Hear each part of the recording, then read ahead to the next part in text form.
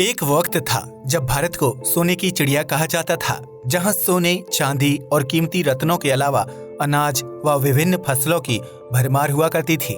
आज आप और हम जिस भारत में रहते हैं वह अपने प्राचीन दौर से बहुत ज्यादा बदल चुका है और वर्तमान समय में सिर्फ कुछ पुराने किले ही प्राचीन भारत की पहचान बनकर रह गए हैं। ऐसे में क्या आपने कभी सोचा है कि आज से 1000 साल पहले भारत कैसा दिखता था और यहाँ रहने वाले लोग किस तरह जीवन व्यतीत करते थे? अगर नहीं तो आज के इस वीडियो में हम प्राचीन भारत की एक झलक आपको दिखाने जा रहे हैं। 1000 साल पहले का भारत। प्राचीन भारत में अलग अलग शासकों का राज हुआ करता था, जो अपने राज्य को सुरक्षित रखने और दूसरे राज्यों के राजाओं के साथ अच्छे संबंध स्थापित करने की कोशिश करते थे।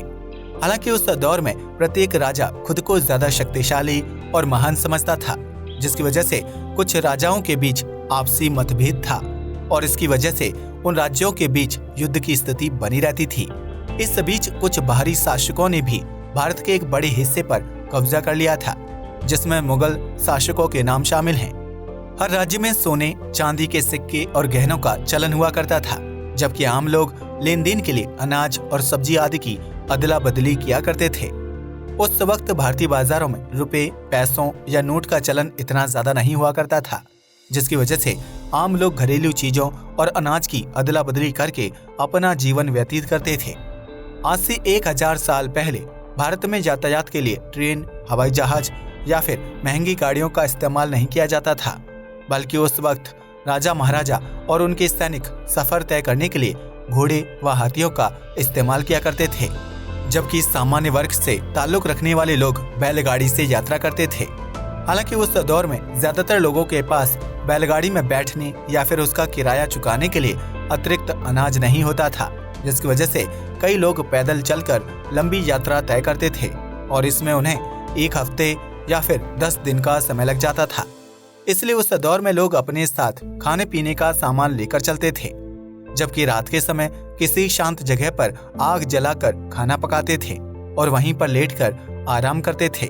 इसके अलावा जो राज्य नदी के आसपास मौजूद थे, वहां के लोग यातायात के लिए लकड़ी से बनी छोटी नाव का इस्तेमाल करते थे। लेकिन उस दौर में लंबी यात्रा करना काफी मुश्किल होता था, इसलिए सामान्य लोग अपनी बेटियों और रिश्तेदारों की शादी आसपास के गांव में ही करते थे, ताकि किसी समारोह के दौरान उन्हें वहां पैदल चलकर जाने में कोई कठिनाई ना हो। आज से 1000 साल पहले के भारत में ऊंची ऊंची बहुमंजिला इमारतें नहीं हुआ करती थी और न ही पक्की सड़कें व हाईवे होते थे, जिसकी वजह से दूर दूर तक सिर्फ सपाट मैदान दिखाई देते थे। उस दौर में एक राज्य में खड़े होकर दूसरे राज्य में बने महल या किले को देखना आसान होता था, क्योंकि उन दोनों किलों के बीच कोई ऊंची इमारत नहीं होती थी। वहीं किले के आसपास स्थानीय बस्तियां होती थीं, जिसमें आम लोगों के घर मिट्टी और घास फूस से बने होते थे और उनकी लंबाई सिर्फ कुछ फीट हुआ करती थी। उस दौर में बर्तन बनाने के लिए किसी आधुनिक मशीन का इस्तेमाल नहीं किया जाता था, जबकि कुम्हार वर्ग के लोग अपने हाथों से गीली मिट्टी को बर्तन का आकार दिया करते थे।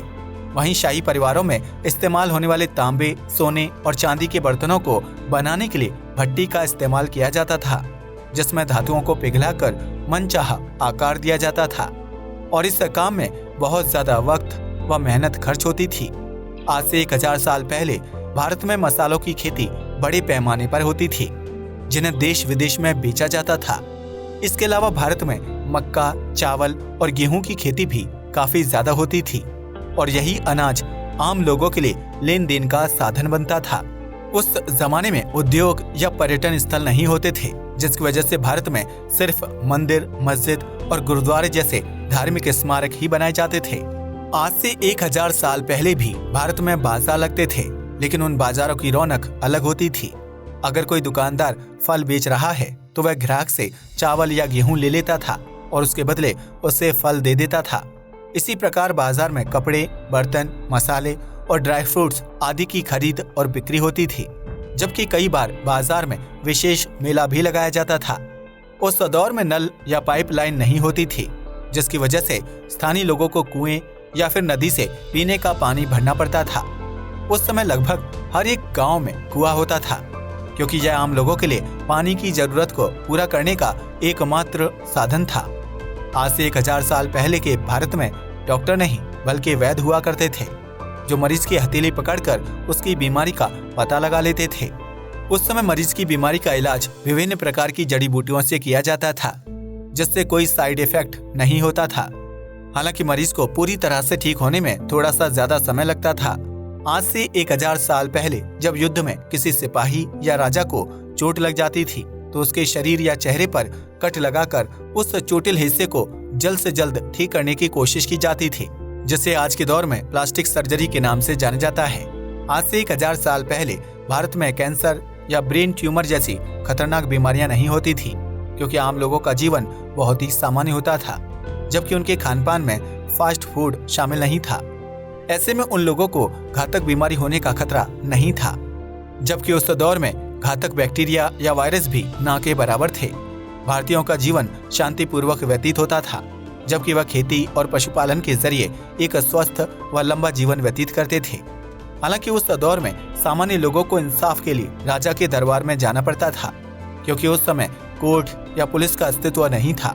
ऐसे में कई बार राजा तक बात पहुंचने और समस्या का हल होने में कभी कभी लंबा वक्त गुजर जाता था, क्योंकि राजा अन्य प्रकार के मामलों में व्यस्त रहते थे।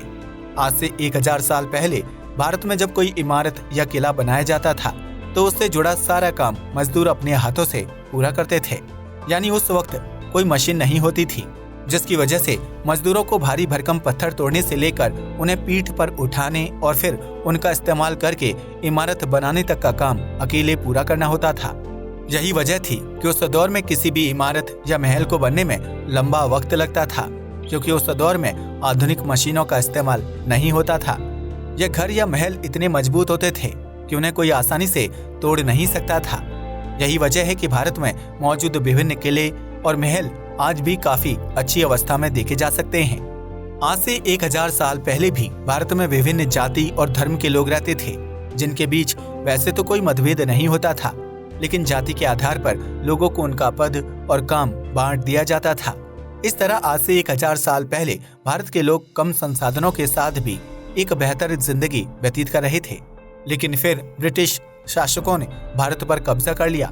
ऐसे में अगर आप जानना चाहते हैं कि ब्रिटिश काल के दौरान भारत कैसा दिखता था, तो कमेंट बॉक्स में पार्ट 2 लिखना बिल्कुल ना भूलें। आज के लिए बस इतना ही। वीडियो पसंद आया तो इसे लाइक और शेयर करें। धन्यवाद।